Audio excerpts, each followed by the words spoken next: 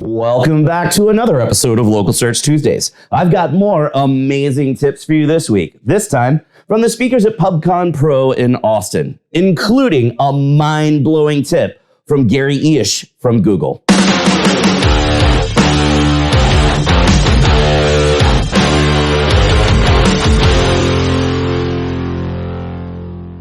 I came home from the UK on a Sunday night, then flew to Austin the next day for PubCon Pro. While I was there, I grabbed some of the speakers and experts and had them share helpful tips. And I got some really amazing tidbits this time around. Check them out.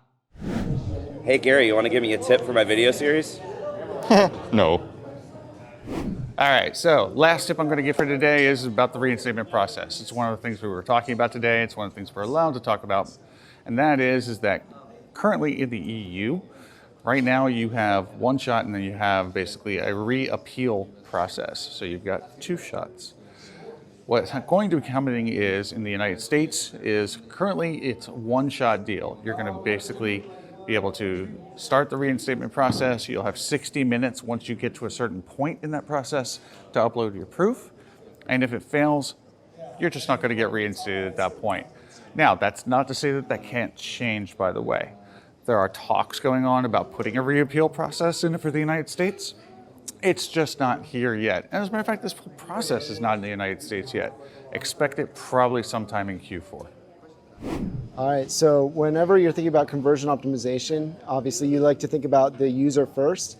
And one of the biggest things that we've seen in helping increase conversions is actually including either a Google Meet link or a Zoom link in your website chat. So when it pops up and you have questions, can't figure it out, oh, well, boom, jump on with one of our experts or jump on with one of our salespeople to get better questions. And when you can provide that great user experience and actually get a real live person on the other side of that chat into a Zoom or Google Meet, that's almost a guaranteed conversion.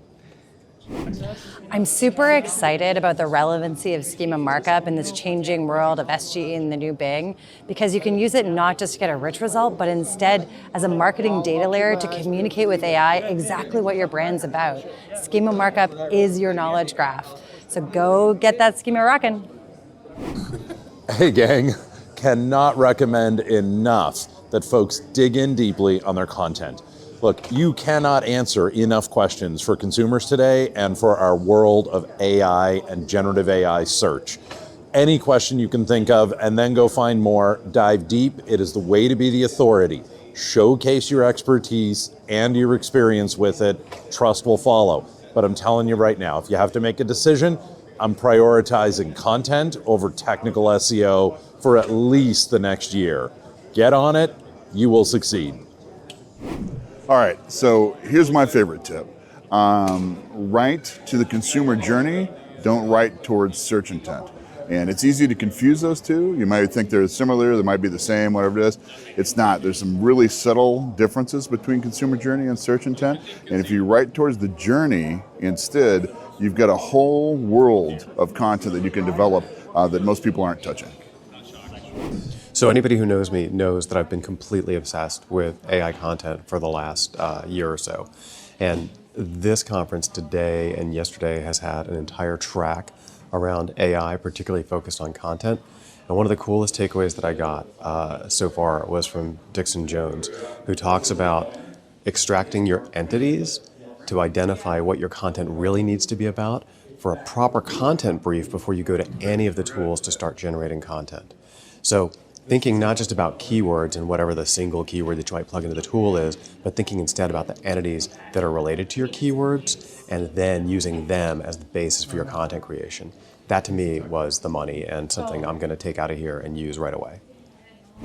So we're in an age where AI is going to replace a lot of writing jobs. The estimate is 100 million writing jobs. I'm a writer. I adapted to AI by literally joining one of the best AI writing tools out there, Content at Scale. And what I'm teaching this role called AIO. And what it is, it's a new way to think about your work as a writer. You're no longer writing the base draft. You're no longer spending 8 hours. If you are, you're in the Stone Age, sorry. What you should be doing is optimizing content that comes out of AI. How do you do that? So follow a series of steps I call the CRAFT framework. CRAFT stands for cutting the fluff, review that content, optimize it, add images, visuals, media, fact check, AI is notorious for BSing, so check your facts, and then trust build with story. So if you follow that framework, you kind of can't go wrong producing content out of AI that is still humanized, because that's the struggle. We gotta make sure our content coming out of AI is still ready for the end humans so they can trust and buy from us. So the biggest tip that I would say that I would learn while we're here is how AI can affect our jobs here in SEO. You know, as you know, of course, it can be an excellent assistant, but the fact of the matter is that by marrying our AI with SEO, with content, that's going to be a winning combination over time. And Gary Isles even actually was talking about this. Create content which is useful for people, even if you're using something like AI. That'd be the biggest tip I would give everybody today. Okay, my tip is if you're going to use ChatGPT or OpenAI, try and come up with a data layer that is your own before you make the input. So if you've got some information that is unique, that ChatGPT and OpenAI doesn't know about, and you're going to start writing content, you're going to write unique content, your output is going to be different to everybody else's that's out there. So, if I'm sharing a tip, everybody's all on AI, but if there's one thing that's absolutely true about AI, it's not set it and forget it. It's absolutely fantastic for generating ideas, coming up with bulk things to implement, but if you leave it alone, it will bite you in the butt. Take that from somebody with a little bit of experience getting bit in the butt with it. Don't randomly just change your website, think that the new design is much better. Instead, always make sure to A/B test any changes you're going to make on the website to see the actual improvement or decline. All right, so my quick SEO tip is we have to pay attention to the core, and I really like focusing and revisiting that the internal link structure is absolutely amazing. So go take a look at your internal link structure, make sure that it's optimized as it can be. You'll still see the results. I think a really good tip that a lot of publishers are overlooking is optimizing your images for display. So when it's on a thumbnail or whether it shows up in Google Discover, it's important to have colorful images, images that are centered, and images that will pop out and tell the story, what it's about. So if it's about kayaks, make sure you have a kayak in there. Don't use dim colors, don't use in shadow, don't use dark and black and white or monochrome colors. Use colors that pop out and make sure your image is centered so that when it's in thumbnail view, it displays well, whether it's Google SGE, Google Discover, or Google News. It'll look really sharp. Call attention and get more clicks. Here's a tip for you. Guest blog post links are against Google's guidelines. If you're not sure on that, search Google for John Mueller guest blog post and see what he says. It's okay to have a guest blog post only if you follow the links. So if you're doing guest blog posts for link building, it could get you in trouble, or chances are they just won't count. My quick tip is very simple. Sign up for Microsoft 365's beta of Python in Excel. You'll want to use it, and you'll want your teams to use it. Great. We just shipped new version of Bing Webmaster Tool that surface Bing performance data with chat and news and image and knowledge and all those things that you need to know to see if your site is performing at Bing and to help getting more customers. We announced also integration of Wix in Index Now. So mean that if you have a site that is Wix enabled, a premium site on Wix, it will immediately get indexed at Bing, latest content, added, updated, deleted content, indexed at Bing. We announced removal of disable links, where you don't need to go to Bing Webmaster Tool to get all these links that are pointing to your site. We can figure this out on our own, and so we don't need you to tell us what changed on your site. We shipped also in Bing Webmaster Tool the ability to drill down into sitemaps to see the index coverage of Bing's per sitemap. Very useful data to help you being indexed at Bing and to understand why the content is not indexed in search engine. So all kind of changes that we have enabled today for PubCon conference, you need to look at to get more users for your sites.